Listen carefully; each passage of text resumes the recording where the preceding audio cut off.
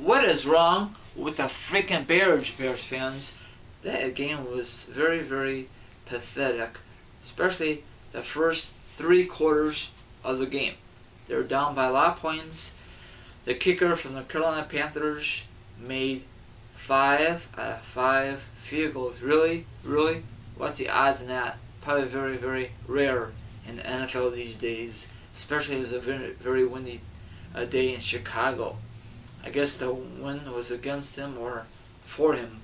So plus Robbie Gould missed I think the beginning of the fourth quarter to take the lead, but it never worked out for him. So he missed a chip shot.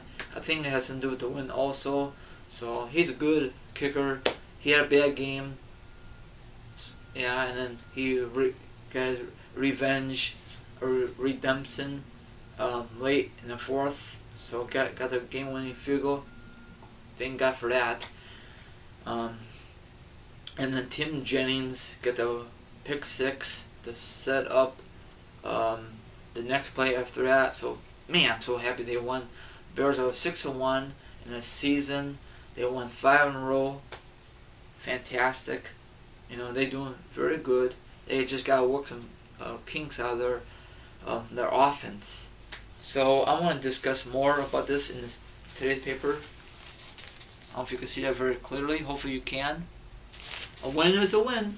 They won by 1 point. Now, from my point of view, Bears fans, Carolina have a shitty record. They only won 1 game. They should blow them out of the water, but I guess Bears didn't have thought of that. The Carolina receiver named Steve Smith, he has burned the Bears cornerbacks all the time. That'd be great if Bears could pick him up in the future, but I think he wants to stay in Carolina. But let's discuss about the grades. Okay, the quarterback got a C. Jay Cutler, poor early, 2 fumbles and an interception, struggled with a 37.5 rating, passing rating. That's pathetic. Man, that's awful. God, he's got to really work on his passing.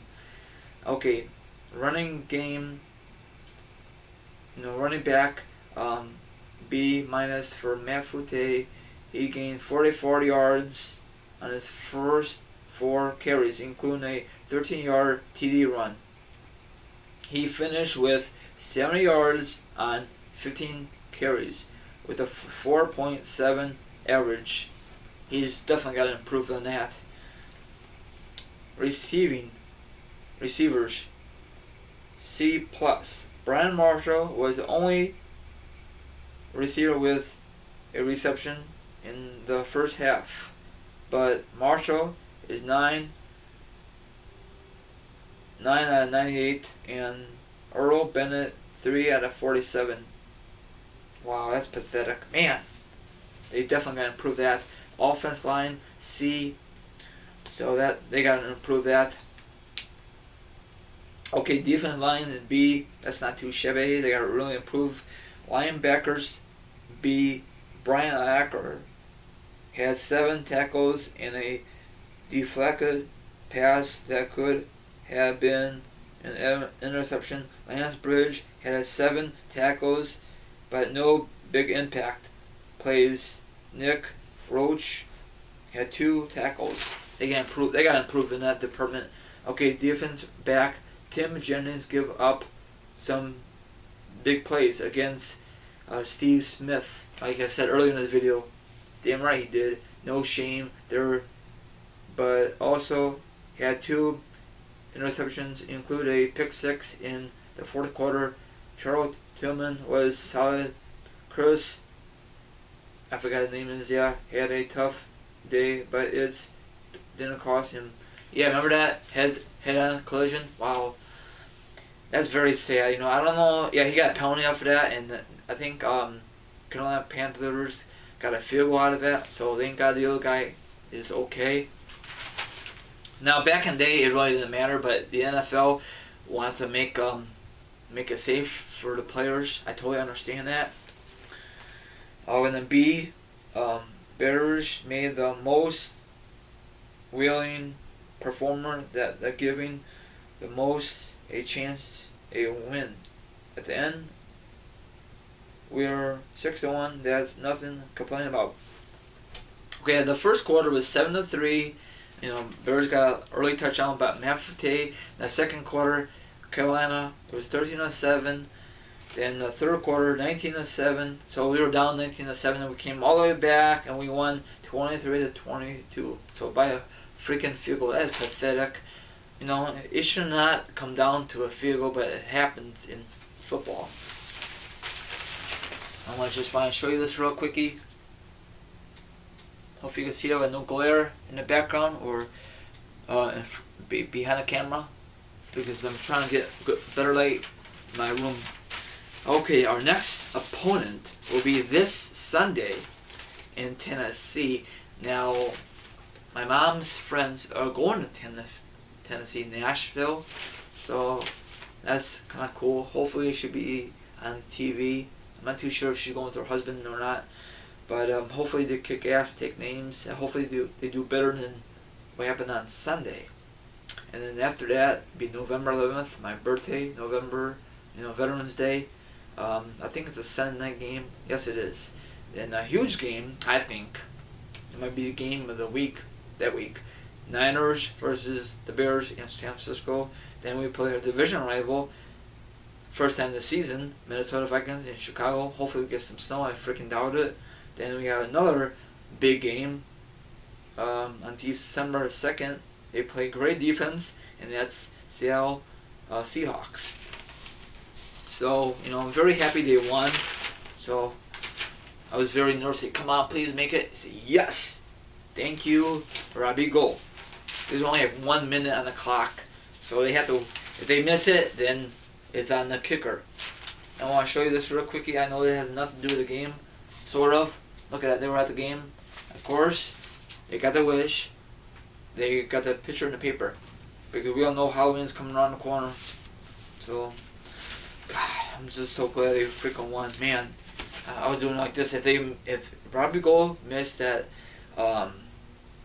field goal, say, now I do like this, because Vikings lost last Thursday, Packers won, and Lions won. So it moved up the same. I think the Bears are the only team in our division or top of our division.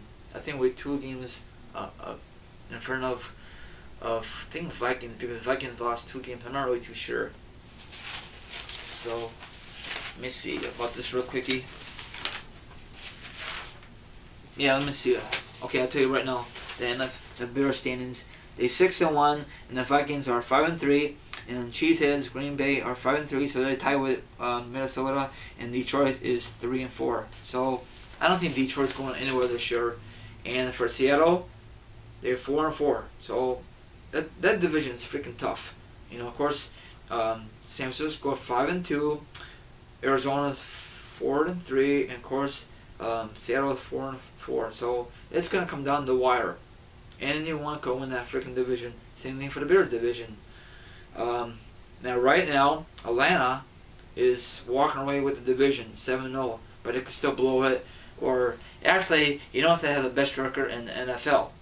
Once you get to the postseason, you should win the whole freaking thing. Look what happened last year. Green Bay was 15-1.